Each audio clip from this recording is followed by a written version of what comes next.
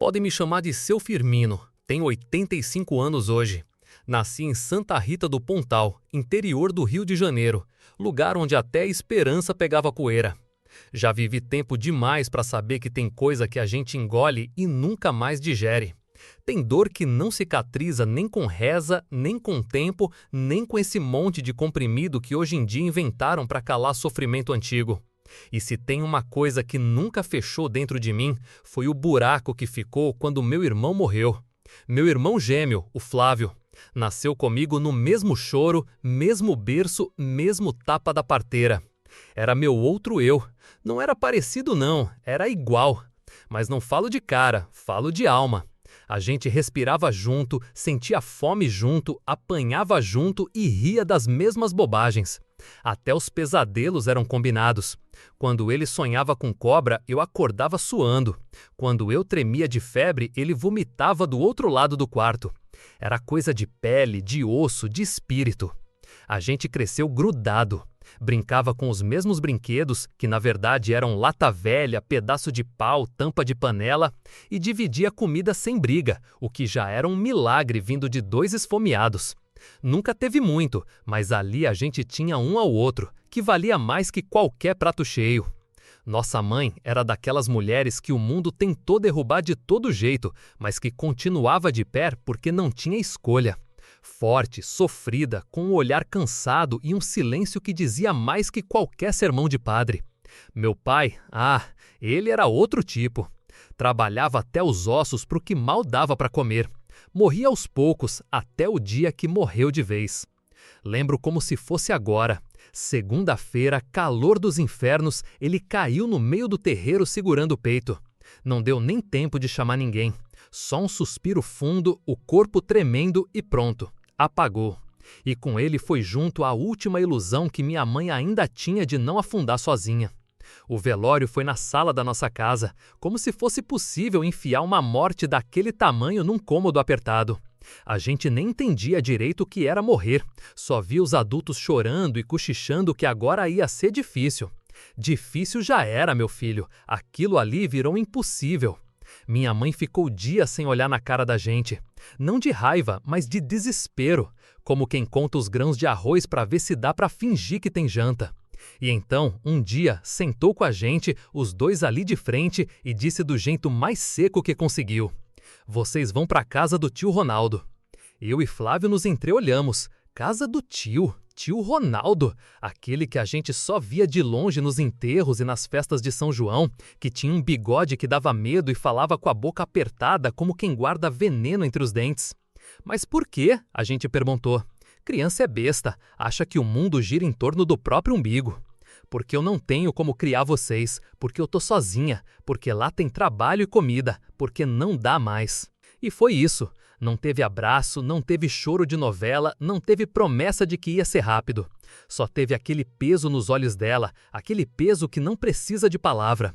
E um silêncio que até hoje me faz tremer. No outro dia, ela fez um farnel com 2 roupas surradas, umas bolachas murjas e mandou a gente pro destino como quem manda pacoque pelo correio. Sem aviso de recebimento, sem garantia de retorno. Lembro de Flávio agarrando meu braço enquanto o caminhão se aproximava. Não falou nada, só apertou, do jeito que ele fazia quando algo estava errado. E eu, que sempre tentava animar ele, dessa vez fiquei quieto. Porque ali, naquele momento, eu soube. A nossa vida, como a gente conhecia, tinha acabado. E a outra estava só começando. E era escura, pesada, e ia arrancar a pele da gente pelas beiradas. E arrancou. Aquele caminhão maldito rodou mais do que devia. Cada curva parecia um empurrão para longe do que a gente ainda chamava de casa. Eu e Flávio sentados no fundo, o saco de roupas escorando nossas costas, e o sol derretendo tudo. A poeira entrava no nariz, nos olhos, na alma. Mas o que incomodava mesmo era o silêncio. Um silêncio seco, cortante. Flávio não falava uma palavra. Só olhava para o chão do caminhão como se estivesse tentando encontrar um buraco para sumir. Chegamos no fim da tarde. O céu já estava ficando roxo, e a estrada parecia que ia engolir a gente de vez. A casa do tio Ronaldo ficava numa área afastada, cercada de mato alto. Galinheiro de um lado, um curral de outro, e aquele tipo de quintal que parece respirar pesado. Nada sorria ali, nem bicho, nem vento, nem a terra. Só a cerca viva, com arame velho, enferrujado e torto, igual à alma de quem morava ali. O tio apareceu na porta com um cigarro torto no canto da boca, camisa aberta no peito e um facão pendurado na cintura. Tinha uma barba mal feita, um cabelo desgrenhado e aquele olhar que não te olha, te mede. Primeiro encarou o caminhão, depois eu, depois Flávio. E aí soltou um: "Vieram, né?" Como se a gente fosse entregue atrasada. Nem um abraço, nem um bem-vindos, nada. Só esse comentário murcho e um sinal com a cabeça pra gente descer. O motorista nos entregou as trouxas de roupa, deu uma olhada pro tio que parecia mais um pedido de desculpa e foi embora sem dizer tchau. A casa era de madeira, escura por dentro mesmo com a porta aberta. Cheiro de gordura velha, suor e remédio. O chão rangia, as paredes tinham manchas e o corredor parecia ter o dobro do tamanho de qualquer casa normal. A gente atravessou aquilo em fila indiana, eu na frente, Flávio colado atrás e o tio caminhando devagar, como quem tá levando 2 animais pro curral. Nos botou num quartinho nos fundos, perto do chiqueiro. Tinha 2 camas de tábua sem colchão, um cobertor duro e sujo e um balde no canto para caso a noite apertasse. Disse que é homem que se vira e que a gente ia aprender isso logo. Naquela noite, a gente dormiu de lado, um olhando pro outro sem falar. O olhar do Flávio dizia tudo. Não era só tristeza, era o começo do medo. O primeiro dia começou antes do sol nascer. Acordamos com a porta sendo chutada. "Bora, que aqui não é pensão de moleque folgado", ele gritou. Eu pulei da cama, tropecei na beirada da tábua e quase caí de cara no balde. Flávio levantou mais devagar, com os olhos ainda grudados de sono. O tio pegou uma vara e bateu no batente da porta como se fosse sineta de igreja. 5 minutos para estar lá fora. O lá fora era o terreiro, onde ele já estava com um saco de ração numa mão e uma pá na outra. Mandou a gente alimentar as galinhas, depois limpar o galinheiro, depois puxar a água do poço para dar para os porcos. E tudo isso sem um pingo de comida no estômago. Quando Flávio perguntou se podia beber um gole da água do poço, ele olhou torto e respondeu: "Nem morreu ainda e já quer mais do que merece." A manhã seguiu com a gente plantando milho, arrancando mato, limpando esterco.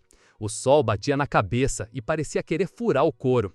A fome doía nas costelas, a sede grudava na garganta.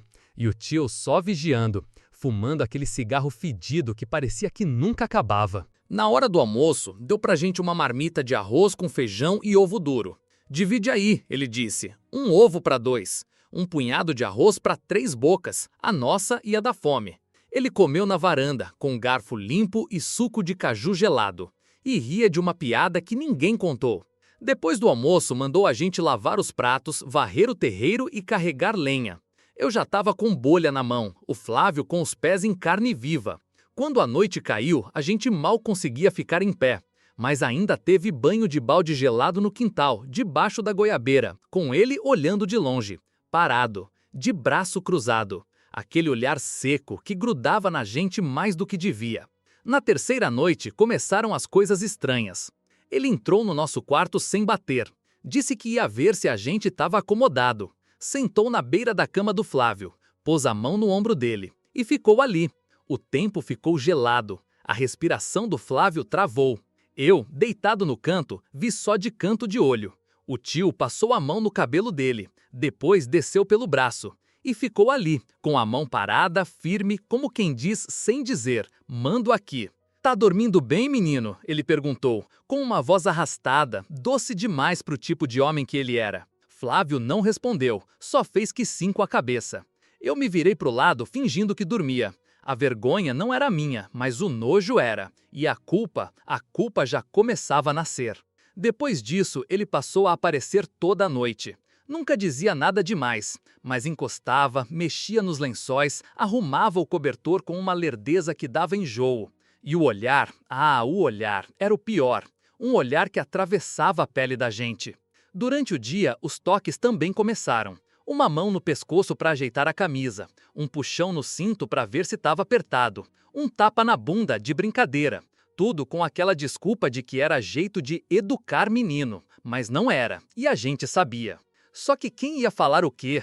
Quem ia escutar? Aos poucos, a rotina virou prisão. O corpo doía, a mente já estava lascada. E o medo dormia entre eu e Flávio toda noite.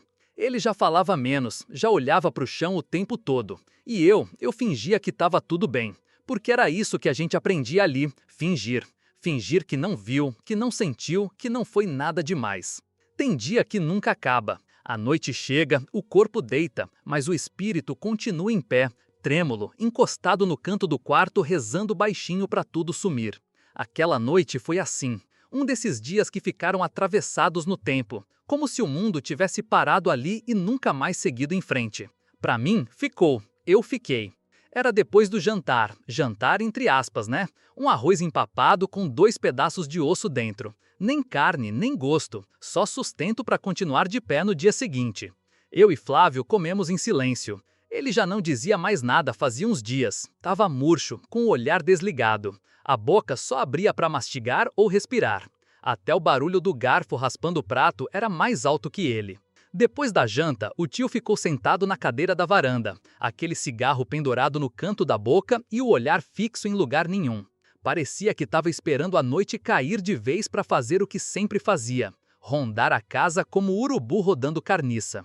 A gente foi para o quarto mais cedo, deitou sem falar, cada um na sua tábua de madeira, o lençol ralo cobrindo suas pernas, porque ali ninguém dormia por completo. Eu sentia o medo grudado na parede. Ele andava pelo corredor de madrugada, a passos lentos, como quem pisa devagar para não acordar a consciência. Mas a consciência dele já devia ter morrido faz tempo, se é que um dia teve. Eu fingia dormir. Todo dia, toda noite.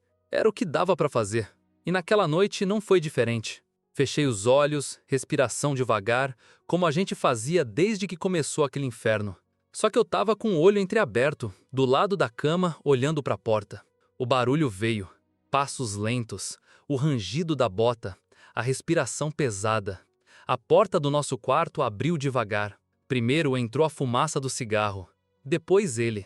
Ficou parado ali, na beira da porta, como quem escolhe qual dos dois vai ser. Foi direto no Flávio. "Levanta, rapaz", ele disse, baixo, quase sussurrado. "Vem comigo." Flávio hesitou. Eu vi. O corpo dele travou, o lençol ficou agarrado na mão. Mas ele levantou, feito quem sabe que não adianta resistir. O tio pôs a mão no ombro dele e saiu puxando. Eles sumiram pelo corredor e a porta do quarto dele se fechou. Eu escutei o clique. Trancou. Eu fiquei, deitado, mas não dormindo. Tinha um nó preso na garganta, as mãos suando, o coração parecia um tambor. E aí começaram os sons. Longe, abafado. Primeiro era só o rangido da cama. Depois, algo que parecia tropeço, um baque seco e silêncio. A cabeça tentava fugir. Deve ser castigo, eu pensava. Tá levando bronca, só isso. Mas não era só isso. O silêncio era o pior. Aquele tipo de silêncio que engole tudo, até o grito. Senti vontade de levantar, de correr até lá, de arrebentar a porta. Mas meu corpo não ia. Ficou colado no colchão duro, preso, como se o medo tivesse virado corrente. Eu sabia o que estava acontecendo. Eu sabia. A porta se abriu uns 40 minutos depois. Flávio voltou com o olhar em outro lugar. Nem olhou para mim. Deitou, ficou de costas, nem respirava direito. Só ficou ali, parado. Eu não disse nada, nem podia. A vergonha era tanta que até o ar ficou pesado de engolir. Depois daquela noite, meu irmão mudou. Ele não comia mais direito. Se afastava de mim, como se só de me olhar sentisse mais dor. A gente que cresceu grudado, que dividia tudo, agora mal dividia o mesmo ar. Ele começou a acordar gritando de madrugada, mas abafava com o travesseiro. Eu fingia que não via e me odiava por isso. No outro dia, ele já estava diferente. Olho baixo, ombro caído. Não me esperava para nada. Era como se ele tivesse se despedido de mim sem dizer uma palavra. E talvez tivesse mesmo. A pior parte não foi ouvir, foi não ter feito nada. Eu vi. Eu sabia, e eu fiquei quieto, fingindo que era sono, que era sonho, que era normal. Mas não era. Era o começo do fim, e eu deixei acontecer. Quando chegou a minha vez, eu já sabia o que me esperava. O corpo já tremia antes da porta abrir, porque o medo, quando vira morador dentro da gente, ele avisa com antecedência. E naquela noite, ele não cochichou, ele gritou dentro do meu peito. Era sábado, já tinha virado rotina. Flávio voltava do quarto do tio com aquele olhar de quem tinha morrido e esquecido de avisar o corpo. Às vezes vinha com cabelo bagunçado, camisa ao contrário, com passos curtos e as mãos trêmulas. Não dizia uma palavra. Não precisava. Eu sabia. A casa inteira sabia. Só fingia que não. Naquela noite, o tio entrou mais cedo. A luz da casa ainda estava acesa. Ele veio até o quarto, olhou para mim com aquele olho frio e falou do jeito mais seco que já ouvi. Hoje é você. Eu gelei. O ar me faltou. O lençol escorregou das mãos. Ele puxou meu braço como quem puxa saco de farinha. Nem olhou para o Flávio. Nem explicou nada. Só me levou pelo corredor escuro. A porta do quarto dele estava entreaberta. A luz era fraca. O cheiro era pior ainda. Mistura de suor velho, fumo e alguma coisa que não dá para explicar. Só dá para sentir e querer esquecer. Tentei travar o pé na entrada. Ele me empurrou. Disse que moço tem que aprender, que não adianta fazer cara de santo se já tá no inferno. Tremia inteiro. Tentei recuar. Disse que não queria, que estava com dor de barriga, que precisava dormir. Ele riu. Riu seco, daquele jeito que não tem graça, só desprezo. Fechou a porta, trancou.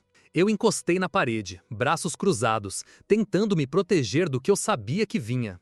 Ele mandou tirar a camisa. Eu disse não. Ele arrancou, me empurrou na cama e ali começou o pedaço mais escuro da minha história. Não vou dizer o que ele fez, não porque eu esqueci, mas porque tem coisa que não se repete. Só posso dizer que doeu, que queimava, que eu gritava por dentro, mas a garganta travava. Que o corpo queria correr, mas as pernas não obedeciam. Que a alma implorava para apagar tudo. Eu me debatia, tentei empurrar. Ele me bateu, com a mão, com a voz, com tudo. Disse que era para eu aprender a obedecer, que o outro já sabia o jeito, que eu estava fazendo birra. Depois me largou no chão como quem termina o serviço e joga a ferramenta. Abriu a porta, disse que era para parar de frescura, que homem não chora. Mas eu chorei. Chorei em silêncio, deitado ali, com a cara enfiada no colchão fedido, o corpo doendo e a alma implodindo. Quando consegui levantar, cambaleei até o quarto. Flávio estava acordado, sentado na cama, me olhou, mas não disse nada, só ficou me olhando. E eu queria sumir, me jogar no mato e nunca mais voltar. Mas tudo que eu fiz foi deitar, devagar, virado para o outro lado. A noite passou devagar, arrastada. Eu sentia o corpo gritar e a mente, essa já estava quebrada. No dia seguinte, não falei com ninguém, nem com Flávio. E ele também não falou comigo. Era como se aquele quarto tivesse virado cemitério, 2 mortos de olhos abertos. Tentei fugir. No meio da tarde, quando ele saiu para vender umas galinhas na cidade, peguei o que deu da trouxa e corri. Fui pro mato, seguindo o rio, tentando lembrar do caminho de volta para casa da minha mãe. Mas ele me achou, como todo predador acha a presa quando ela sangra. Veio com a vara de bambu, me arrastou pelo braço, me jogou dentro da casa e trancou a porta da sala. Bateu, nas costas, nas pernas, onde pegava. Enquanto batia, gritava. Vai fugir pra onde? Quem vai te querer, moleque? Você é meu, entendeu? Meu. Eu entendi. Entendi tudo. A partir dali, o medo virou carne. Eu respirava medo, dormia com ele debaixo do travesseiro. Não era mais só vergonha, era terror, era saber que o amanhã podia ser igual ou pior. E o silêncio virou regra. Eu e Flávio não nos olhávamos mais. A gente dividia o quarto como 2 estranhos, 2 meninos destruídos, cada um lidando com a própria ruína do jeito que dava. A casa ficou mais fria, a comida mais amarga, e os dias passaram a ser só tempo entre uma dor e outra. Ali a infância acabou, e a gente também. Ali não era mais casa, aquilo virou campo de castigo, um lugar onde o sol não nascia, ele nos queimava. E a noite não trazia descanso, só silêncio, grito engolido e olho arregalado no escuro. O dia começava antes dele nascer, 4 da manhã. O barulho da bota no corredor avisava que o inferno ia recomeçar. Acordava a gente com tapa, com grito, com balde d'água gelada, dependendo do humor. Bora, vagabundo, aqui ninguém vive deitado. Era a primeira frase do dia. A gente tinha que lavar o galinheiro, limpar o chiqueiro, carregar balde d'água do poço que ficava lá na descida do mato. 10, 15 baldes cada um antes do sol bater. Depois vinha o milho, carpir, plantar, arrancar mato com as mãos. Era assim até o meio-dia. O corpo aprendia a trabalhar quebrado, com corte, com bolha, com febre. Não tinha essa de descanso. Dor virava parte da rotina, igual café amargo no fim da tarde. E ele vigiava tudo, com aquele olho de águia e a cinta na mão. Ficava encostado na varanda, cuspindo no chão, com cigarro pendurado e o olhar fatiando a gente de longe. Se parava para respirar, ele via. Se dobrava as costas, ele gritava. Se errava qualquer coisa, o couro comia. Tinha uma hora certa, no meio da manhã, que ele fazia questão de passar perto. Soltava umas piadas. Hoje tá bom, hein? Quem sabe eu não dou um prêmio mais tarde? Dava um tapa na nuca do Flávio, passava a mão no meu ombro. Às vezes apertava forte demais e soltava uma risada seca. Tudo em tom de brincadeira. Mas eu e meu irmão sabíamos que brincadeira ali não existia, só ameaça disfarçada. A comida era outra crueldade. Um punhado de arroz, farinha, às vezes um ovo dividido. Quando a gente errava alguma tarefa, ficava sem comer. Quem faz besteira, jejum de castigo. A barriga doía tanto que nem roncava mais. E mesmo assim, o corpo levantava no outro dia, porque parar era apanhar. A tarde era igual, mais peso, mais sujeira, mais dor. Teve uma semana que ele mandou a gente arrancar 3 árvores pequenas com enxada, sozinhos. O machado era só dele, claro. E a cada raiz que resistia era uma surra nova. A mão calejada, o braço trêmulo e o Flávio já andando torto de tanto esforço. Mas seguia, a gente seguia, porque naquele lugar desistir não era opção. E à noite era pior. O cansaço do corpo não apagava o medo. Deitava e não dormia, só esperava. Esperava o som da bota, o ranger da porta, o suspiro gelado antes do toque. Tinha noite que não vinha, e a gente até agradecia em silêncio. Mas tinha noite que ele vinha 2 vezes. Tinha noite que ele trazia cachaça no bafo e raiva na alma. A gente não falava mais, nem entre nós. Era cada um dentro de si. O Flávio virou sombra, olhava para o chão o tempo todo. Não comia direito. O olho fundo, sem cor, sem brilho. E eu ainda tentava fingir força, tentava andar reto, mas por dentro já estava tão quebrado quanto ele. O corpo começou a acostumar, a dor já não surpreendia, era só mais um metalhe. Os ombros doíam, as costas ardiam, os pés sangravam. Mas a gente lavava o sangue com água do poço e voltava para o campo. Porque naquele lugar reclamar era provocar o diabo. E ele tinha o nome do nosso tio. A cidade fingia não ver. A gente ia com ele vender frango e ovo na feira. Roupas encardidas, rosto abatido, mas a boca fechada. A gente não falava nada, não por medo de apanhar, isso era certo, mas porque sabíamos que ninguém ia fazer nada. Todo mundo conhecia o tio Ronaldo, homem de respeito, dono de terra, amigo de delegado, padrinho de festa de igreja. O tipo que todo mundo cumprimenta, mas ninguém quer discutir. Uma vez, uma senhora encostou perto de mim na barraca e cochichou. "Você tá com carinha de doente, menino. Tá tudo bem?" Eu olhei nos olhos dela. Por um segundo achei que ia falar. Mas ela já estava ajeitando as sacolas, sorrindo amarelo. "Seu tio é bom homem, vocês estão em boas mãos." Boas mãos. Boas mãos que batiam, apalpavam, prendiam, arrombavam qualquer esperança. O tempo virou só peso. A gente contava os dias pelas fases da lua, pela colheita, pela tosse do porco. E cada noite era uma roleta. Hoje era comigo ou com ele. A infância ficou enterrada ali, de verdade, porque nada mais lembrava menino. A gente não brincava, não sonhava, não planejava, só respirava o mínimo para não morrer. E talvez, no fundo, morrer tivesse sido até mais fácil. E se você chegou até aqui, não se esqueça de se inscrever no canal, deixar o seu like e de me dizer de onde é que você está me ouvindo. Flávio foi morrendo sem morrer, foi se apagando devagar, como vela que apaga antes da chama. E quem nunca viu isso de perto acha que exagero. Mas eu vi, eu vivi, e vou te contar, porque tem dor que precisa ser cuspida, senão apodrece por dentro. O corpo dele começou a diminuir, não de altura, de presença. Era como se ele ocupasse cada vez menos espaço no mundo. O colchão não afundava mais do lado dele. O lençol nem bagunçava. A comida ia e voltava no prato. E a boca que antes ria, falava, cantava baixinho, agora era só um risco fechado no rosto. Eu tentava cuidar dele. Tinha dia que eu empurrava a colherada de arroz na boca dele, ele cuspia sem nem olhar. Dava um pouco da minha água, ele deixava escorrer pelo queixo. Tentei esquentar pano com brasa para passar nas costas dele quando a febre veio. Tentei botar folha de mamona no travesseiro, igual minha mãe fazia quando a gente estava doente. Mas nada adiantava. Nada acalmava aquele olhar que já não estava mais ali. Ele parou de me responder. Parou de olhar. Dormia de lado, encolhido, os joelhos no peito, como se quisesse voltar para o ventre.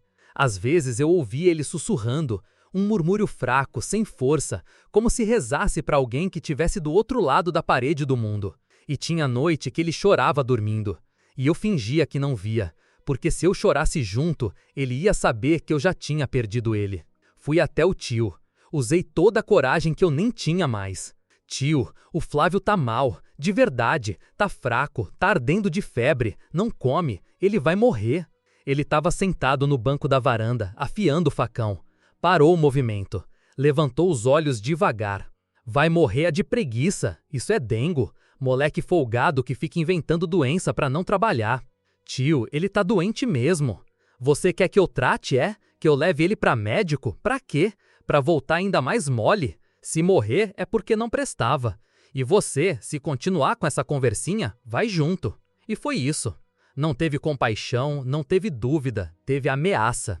Naquele dia, no campo, Flávio caiu de joelhos no meio do milharal. Tava com a enxada na mão, tentou levantar e caiu de novo. Eu corri, me agachei do lado dele. Ele suava, tremia, os olhos vidrados. Flávio, fica comigo, por favor, aguenta mais um pouco. Ele murmurou um som que eu nunca consegui entender. Não era palavra, era quase um suspiro de quem tá pedindo desculpa por estar vivo. O tio viu, veio andando com as mãos nos bolsos. Chegou perto, olhou para a cena. Caiu de novo, é? Pegou ele pelo colarinho da camisa e puxou. Flávio não reagiu, só deixou o corpo ir, como quem já não briga mais nem com o vento. Se quiser morrer, morre depois do serviço, aqui ninguém para. E largou ele de volta no chão como se fosse saco de batata podre. Eu quis gritar, quis pular no pescoço dele, mas o medo já tinha me vencido. E o Flávio já estava além do medo. Naquela noite ele nem deitou. Ficou sentado na beirada da cama, com a testa encostada no joelho, os braços cruzados. Eu cobri ele com meu lençol.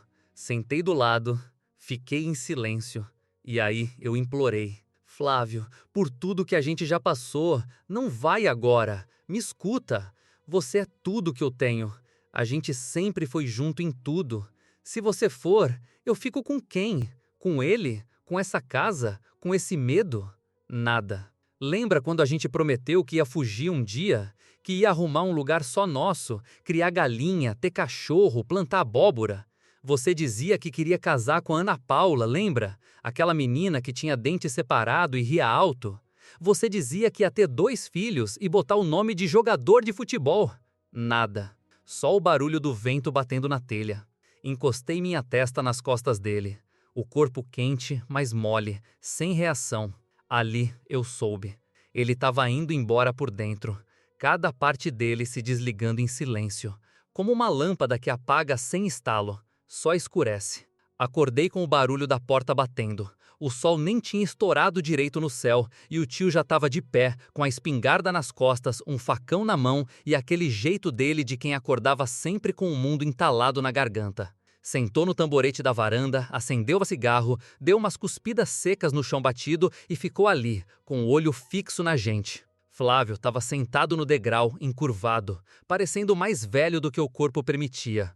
Já fazia dias que ele mal comia, mal falava, só respirava por obrigação. Eu tentei dar metade do meu pão para ele. Ele empurrou com a mão, sem força nem para dizer não. Aquilo doía mais do que qualquer surra.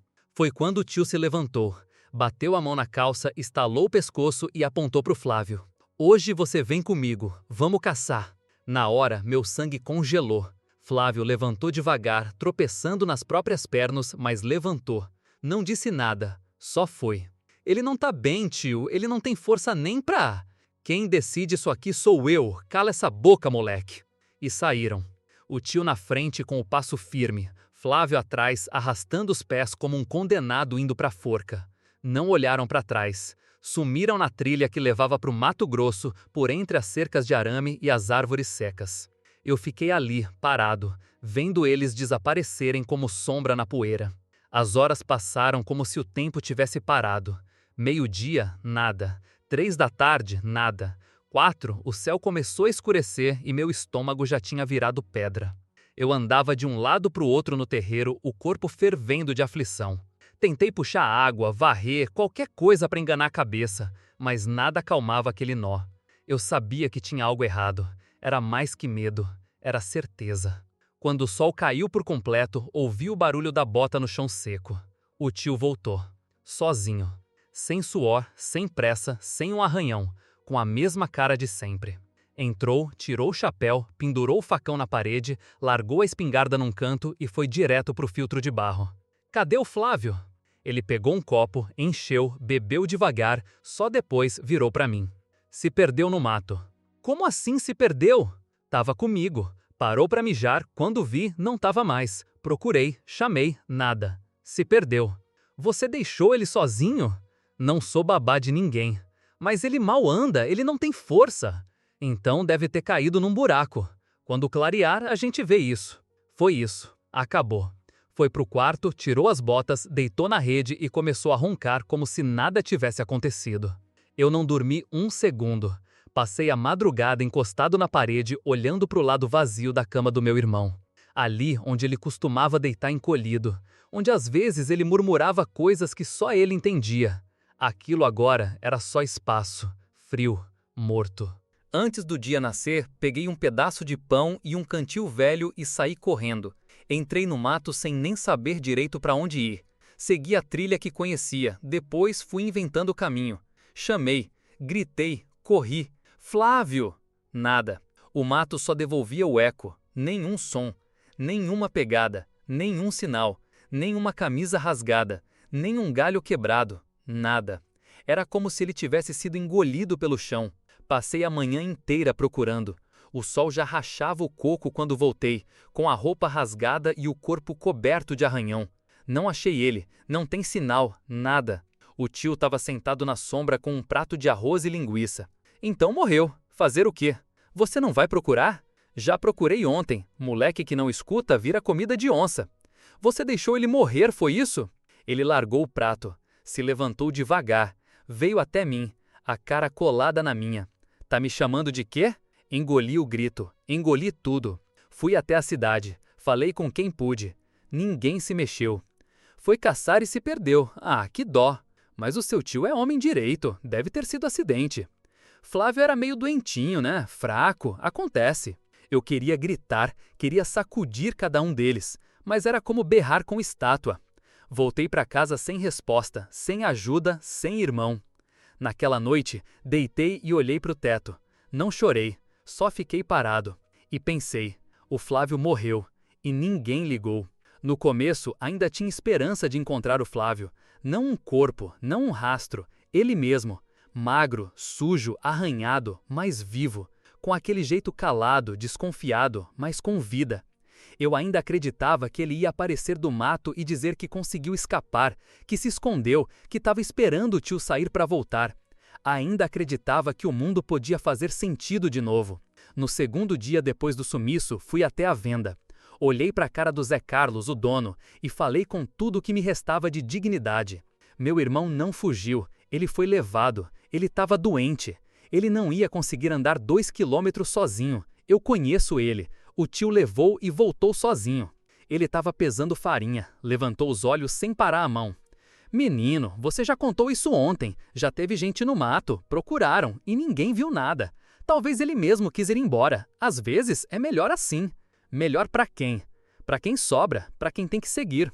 Virei as costas e saí. O mundo lá fora parecia menor, o chão mais duro, o ar mais grosso. Comecei a tentar outro caminho. Fui na casa da Dona Áurea, aquela que passava a tarde limpando os vasos de planta, que dava doce para menino pobre no dia de Cosme e Damião. Bati palma. Ela apareceu com o rosto enrugado, paninho no ombro, cheiro de vinagre na mão. Ele sumiu. Eu sei que o tio mentiu. Por favor, me ajuda. Ela cruzou os braços. Mas o seu tio já explicou, disse que o irmão se perdeu. A gente rezou até na igreja. Seu irmão era um menino complicado, né? Muito fechado. Tem gente que nasce com alma errada. Ele era só doente, só precisava de ajuda. E agora tá morto. O tio matou ele. Eu sei que matou. Ela gelou por um segundo, depois deu meio passo para trás. É melhor você parar com isso. Vai acabar falando o que não deve. Já é feio para sua idade andar espalhando coisa sem prova. Ele matou. Vai para casa. E a porta foi fechada na minha cara. Voltei, trêmulo, desorientado. Senti o coração bater fora do ritmo, como se estivesse me avisando que já estava no fim das forças. No caminho, 2 homens da cidade estavam cortando lenha para o padre. Um deles, que conhecia o Flávio desde pequeno, me chamou. E aí, moleque, nada do teu irmão, né? Fugiu mesmo, né? Ele foi morto. Os 2 se entreolharam. Um deles riu. O outro disse: esse menino tá perturbado. A notícia chegou no tio mais rápido do que qualquer um podia imaginar.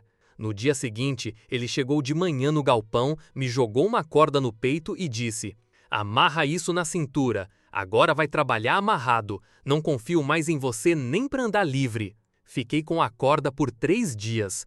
Do galinheiro pro campo, do campo pro poço. Se eu andava mais do que o necessário, ele puxava. Tinha dia que amarrava no pé. Só soltava à noite para dormir. E mesmo assim trancava o quarto por fora. Só deixava uma caneca com água e um pedaço de pão duro na janela. Quer fugir? Vai fugindo da própria cabeça, ele dizia. E foi o que começou a acontecer. Minha cabeça foi virando uma coisa solta, quebrada. Eu escutava coisas. À noite, ouvia passos dentro do quarto, vozes que chamavam meu nome. Às vezes, vi o Flávio de relance, encostado na porta, só de short, com os olhos fundos, parado, me olhando. Teve uma madrugada que eu acordei gritando. Tinha sonhado com ele sendo enterrado atrás do galinheiro. Eu mesmo estava cavando. O cheiro da terra misturado com sangue. Acordei encharcado de suor, tremendo, e o tio batendo na porta. Quer que eu entre aí para calar tua boca? Depois disso, comecei a falar menos. Evitava cruzar olhar com ele. Só fazia o que mandava. Comia calado, trabalhava calado. Dormia de lado, de olho aberto. Comecei a sentir gosto de sangue na boca sem ter ferida nenhuma. Mordi tanto os próprios lábios que formou casca. No povoado, ninguém falava mais do Flávio. Ele virou só aquele menino que sumiu. A conversa agora era sobre mim. Dizem que ele tá maluco, tá inventando história. O tio devia mandar pra longe, internar. Eu era o problema agora, o perturbado, o mentiroso, o esquisito. Meu irmão sumiu, eu virei culpado de querer saber por quê. Ela chegou num domingo abafado, sem ser chamada, sem ser esperada. A tia Marlene, irmã da minha mãe. Nunca foi muito presente, mas se achava família. Veio montada num Fusca amarelo com cheiro de gasolina velha, trazendo uma cesta de palha cheia de doce de leite, goiabada e um vidro de conserva que parecia mais velho que ela. O cabelo tingido de vermelho queimado, a cara pintada demais e o sorriso fácil de quem quer parecer boa gente. O Ronaldo é um guerreiro, né? Criando o menino sozinho, com essa terra toda para cuidar. Deus vai te dar em dobro, ela disse logo na chegada, entregando os potes como se estivesse dando medalha. Eu ouvia da porta da cozinha, com o pano sujo de prato na mão. Estava tão magro que a roupa parecia de outro corpo. Quando ela me viu, arregalou os olhos como se não soubesse quem era. Nossa, esse é o que sobrou, o tio respondeu antes que ela lembrasse o nome. Ela riu. Como você cresceu? Tá tão calado, né? Ela veio até mim, agachou, tentou passar a mão no meu cabelo. Me encolhi de leve, o bastante para ela perceber, mas não o bastante para ele bater ali mesmo. Olhei para ela com tudo o que tinha guardado por dentro. Tentei usar o olhar como faca, como bilhete, como socorro. Ela olhou de volta. Ficou uns segundos me analisando, a mão ainda esticada, parada no ar. O sorriso começou a vacilar. O rímel nos olhos já estava derretendo de suor. Ela baixou a mão. Tá tímido. Adolescente é tudo assim. O tio apareceu atrás, apoiado na porta com um cigarro no canto da boca, só observando. Não disse nada, não precisava. Ele só olhava, como sempre fazia quando queria deixar claro que a casa era dele e todo mundo ali era bicho sob controle. Ela entrou. A gente almoçou. Eu sentei calado, do lado oposto da mesa, de frente para ela. Em silêncio, sem talher, comendo com a mão mesmo porque já era assim que ele fazia a gente comer. Ela viu. Fez que não viu. O menino não usa garfo? Não quer. Gosta de se sentir da roça, o tio respondeu, com a boca cheia, rindo. Tentei de novo. Baixei o olhar pro prato, deixei a mão trêmula escorregar e derrubar a caneca. Ela espirrou água na mesa, me molhou o peito. Eu não me mexi, só olhei para ela. Ela pegou um guardanapo, veio até mim. Tudo bem, essas coisas acontecem. Acontecem quando a cabeça tá no mundo da lua, ele disse por trás. Ela limpou meu peito com o pano, devagar. Foi quando falei, baixo, me tira daqui. Ela parou a mão. Os olhos se encheram de algo. Mas não era certeza, era pena. Menino. Ele levou meu irmão, nunca mais voltou. Ela suspirou, olhou pro tio, depois pra mim. Isso já passou, não passou? Já falaram sobre isso. O povo procurou. A vida precisa seguir. Sua mãe ia querer te ver bem. Você tá ficando estranho, sabia? Estranho. Ela terminou de limpar. Voltou pro lugar dela como quem guarda uma roupa suja numa gaveta e finge que tá limpa. À tarde, fomos até a horta.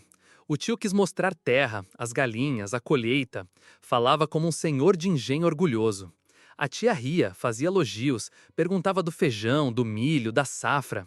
Eu carregava uma cesta atrás deles, calado, olhando para o mato, pensando se dava para sumir naquilo tudo sem deixar rastro. Quando passamos pelo canto da cerca onde o arame vivia frouxo, olhei para ela. Olhei fixo. Depois, abaixei o olhar devagar, aponto com o queixo para o buraco. De novo, olhei para ela. Ela olhou. Depois, virou o rosto. Na janta, ela disse que precisava ir cedo, que o marido não gostava quando ela dormia fora. Agradeceu ao tio como se tivesse sido recebida em hotel 5 estrelas. Deu um beijo no rosto dele.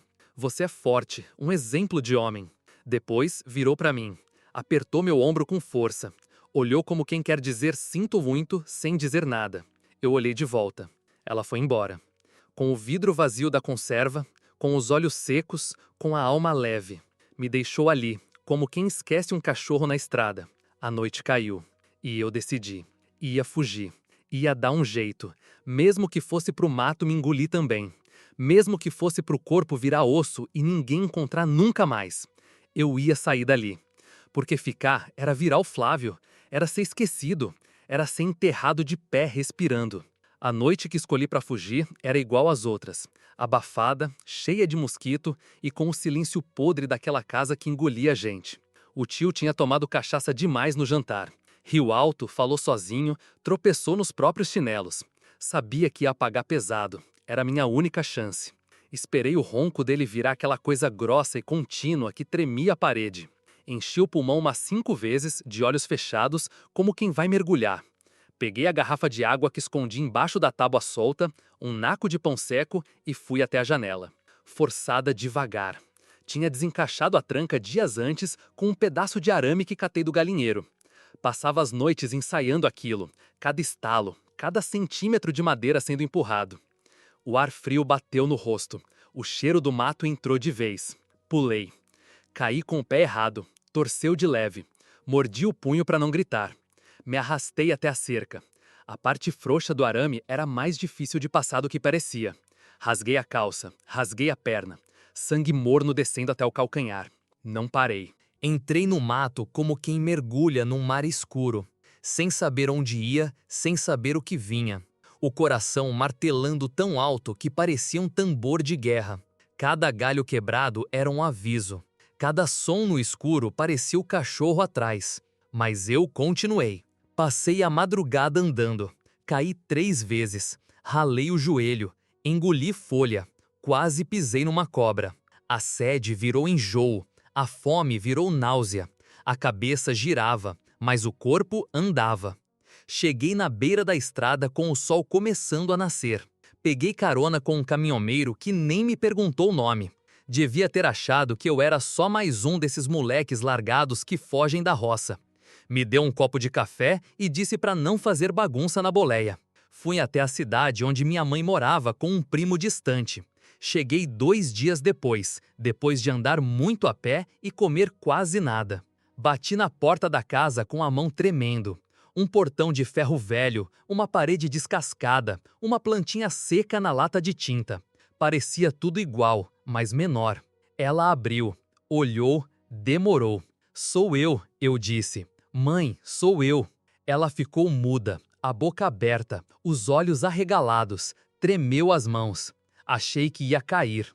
Abaixou e me abraçou com a força de um desespero que dormia dentro dela fazia tempo. Meu Deus do céu! Meu Deus! Você tá vivo! Entramos. Me sentou numa cadeira. Passou a mão na minha cara como quem limpa fantasma. Começou a perguntar tudo ao mesmo tempo. Se eu estava machucado, se comi, onde estava o Flávio. Foi aí que eu travei. Engasguei. Como é que eu ia contar? Como é que eu ia dizer que o irmão dela, que o pai temporário que ela escolheu pra gente, que o homem que ela confiou com a vida da gente, tinha sumido com Flávio? Fiquei uns minutos calado. Ela chorava, gritava, passava pano molhado no meu rosto. Eu só olhava pro chão. Até que saiu. Saiu de uma vez, como vômito. Ele matou o Flávio. Ela congelou. O quê? Ele levou pro mato, disse que foi caçar. Voltou sozinho, disse que se perdeu. Mentiu. Eu tentei contar. Ninguém acreditou, ninguém ajudou. Eu fugi. Ela desabou na hora. Gritou, se jogou no chão, xingou o irmão dela, xingou a própria vida, xingou Deus. Me abraçou como se fosse feito de vidro. Chorou tanto que parecia que o chão ia afundar com a gente. Os vizinhos vieram. A notícia correu rápido. No mesmo dia, já tinham gente dizendo que eu inventei tudo, que eu era traumatizado demais, que ninguém de bem acusa o próprio tio de uma coisa dessas. Teve até quem disse que eu era igual ao Flávio, meio doido. A cidade engoliu a história como engole tudo, sem mastigar. Engole, engasga, cospe e depois finge que não viu. A mãe tentou denunciar, chamou a polícia, contou tudo. Disseram que iam investigar. Nada aconteceu. O Flávio não tinha corpo, e sem corpo não tem crime. Era isso que diziam. Ele era só mais um menino desaparecido na estatística. Mas eu sabia, e agora ela também. A gente foi até a delegacia com a alma na mão. Minha mãe ainda acreditava que podia fazer alguma diferença. Levou papel, data anotada, nome do Flávio escrito num caderno velho. Eu só levei o corpo, magro, torto, cheio de ferida e com a cabeça já torturada demais para lembrar detalhes com clareza. O policial que atendeu olhou como quem já sabia o final. Leu, fingiu interesse, perguntou 2 vezes o nome completo do tio. Depois disse que iam apurar os fatos. Anotou um número numa ficha e empurrou de volta como se estivesse nos fazendo um favor. Saímos dali com o barulho da máquina de escrever ainda batendo na nuca, como se fosse suficiente. Nos dias seguintes, ninguém apareceu. Nenhum carro da polícia, nenhuma pergunta, nenhuma intimação. Voltamos. Minha mãe cobrou. Não tem corpo, dona. Não tem testemunha. O garoto era problemático. Sumiu por conta própria, talvez. Ela gritou. Pela primeira vez, ela gritou dentro de uma repartição pública. Meu filho não inventaria isso. Ele voltou vivo, fugido, machucado. E o outro? O outro sumiu. Ele não ia fugir sozinho. Ele não tinha força nem para andar. O delegado levantou a sobrancelha, mexeu num papel qualquer. Dona, olha, sinto muito, mas não é caso claro. E o senhor Ronaldo é conhecido, respeitado. A cidade toda fala bem dele. Homem trabalhador, sem passagem, sem histórico. Isso parece trauma. Trauma. Essa palavra começou a ser jogada na minha cara como desculpa para tudo. No colégio, tentaram me matricular de novo. Eu entrei calado, cabeça baixa, não falava com ninguém. No primeiro dia, 3 moleques vieram perguntar do meu irmão. Dizem que ele era doido, né? Foi morar no mato, é isso? Teu tio te criou então, tu devia agradecer. Voltei para casa. Não voltei mais para a escola. Comecei a catar trampo com 15, o que aparecia. Lavava chão de açougue, ajudava pedreiro, limpava quintal de velha. Um senhor me pagava para carregar saco de ração da loja dele até a carroça. Às vezes, era tanto peso que meus ombros saíam do lugar, mas eu aceitava. Era melhor do que ficar parado. Ficar parado era perigoso. O pensamento voltava. O cheiro de sangue, de terra molhada, o som do mato no escuro, o grito que eu nunca ouvi, mas que sentia no estômago. Minha mãe começou a definhar. No começo era só cansaço. Depois, dores no corpo. Perdia peso, esquecia a panela no fogo. Chamava por nomes que não estavam na casa. Às vezes me olhava e dizia: "Flávio, pega água para mim." Eu não corrigia, só pegava. A cabeça dela foi derretendo em silêncio. Os médicos diziam esgotamento. Eu sabia o nome verdadeiro: culpa. Ela dizia toda semana que a pior decisão da vida dela foi ter mandado a gente para casa do irmão. Eu devia ter pedido esmola, mas criado vocês. Nem que fosse comendo o resto de feira. Eu matei meu filho. Eu dei ele de bandeja. Eu dizia que não, que a culpa não era dela. Mas era. No fundo, era. Ela sabia. E isso a matou em vida. Eu comecei a trabalhar feito condenado. Acordava cedo, dormia tarde, comia mal. Pintava a parede, capinava terreno, carregava entulho. Teve uma vez que um patrão me fez virar noite lavando banheiro de obra porque ia ter inspeção. Fiquei em pé 19 horas. Não reclamei. Quanto mais cansado, menos lembrava. Às vezes conseguia esquecer por algumas horas que tinha um irmão, que ele tinha sumido, que eu tinha escapado enquanto ele ficou. Mas bastava um menino na rua com o cabelo igual. Bastava ouvir alguém chamar Flávio na calçada. Bastava passar na frente de uma loja que vendia faca ou espingarda. Voltava tudo. A raiva, a dor, a vontade de destruir tudo com as mãos. A vergonha de não ter conseguido impedir. Fiquei conhecido como o rapaz calado, o estranho, o que só trabalhava, o que não sorria, o que não se misturava. Tentaram arrumar namorada para mim. Gente boa, disseram. Trabalhadora, disseram. Eu fugi. Não conseguia tocar em ninguém sem sentir a pele queimada, como se eu estivesse sujo, como se encostasse e fosse espalhar o que eu carregava por dentro. A cidade esqueceu Flávio em questão de meses. Virou lenda. O menino que fugiu, o menino do mato, o que sumiu por vontade. Algumas versões diziam que ele foi morar com um cigano, outras que entrou na igreja e foi para a missão no norte. Só não diziam a verdade. E a verdade era que ele estava morto. Enterrado sabe-se lá onde, ou jogado em algum buraco com um bicho comendo os ossos. E eu estava vivo. Só que viver não era bem a palavra. Eu respirava, me mexia, trabalhava. Mas era só isso. A alma mesmo, essa ficou lá. Naquele quarto, naquele mato, naquele dia em que vi ele sair com o tio e nunca mais voltar. A vida adulta chegou sem aviso, sem festa, sem preparação. Chegou como quem invade, não como quem convida. Um dia eu era um moleque carregando tijolo para os outros. No outro já era o cara que tinha que pagar aluguel e fingir que sabia como viver. Só que eu não sabia, nunca soube. Passei anos pulando de trampo em trampo. Nunca fiquei mais de 2 anos em lugar nenhum. Quando alguém começava a querer saber demais da minha vida, eu já arrumava desculpa para sair. Às vezes nem avisava. Sumia, trocava de bairro, de cidade se desse. Já fiz de tudo que você puder imaginar. Fui ajudante de pedreiro, lavador de carro, vigia noturno, montador de móveis, entregador de mercado. Tive época que varria a oficina de dia e carregava caixa em depósito à noite. Trabalhava para apagar, para dormir antes que os pensamentos me alcançassem, mas não funcionava. Dormir era outro castigo. O sono vinha leve, quebrado, como se tivesse medo de mim. Tinha noite que eu virava na cama como peixe fora d'água. Tinha dia que acordava com a mão trincada de tanto apertar o lençol. Pesadelo era mais comum que sonho. Acordava suando, ouvindo o grito que não saía da minha boca. Nunca dormi abraçado com ninguém. Nunca consegui. Nem com mulher, nem com amigo, nem com ninguém. Ficava tenso, o corpo enrijecia como se o calor do outro fosse invasão, e ninguém entendia. Teve gente que me chamou de frio, de complicado, de mal resolvido. Já ouvi até, você é bonito, mas parece que tem algo quebrado dentro. E tinha. Eu era uma casa com parede nova e fundação podre. Qualquer tremor e tudo vinha abaixo.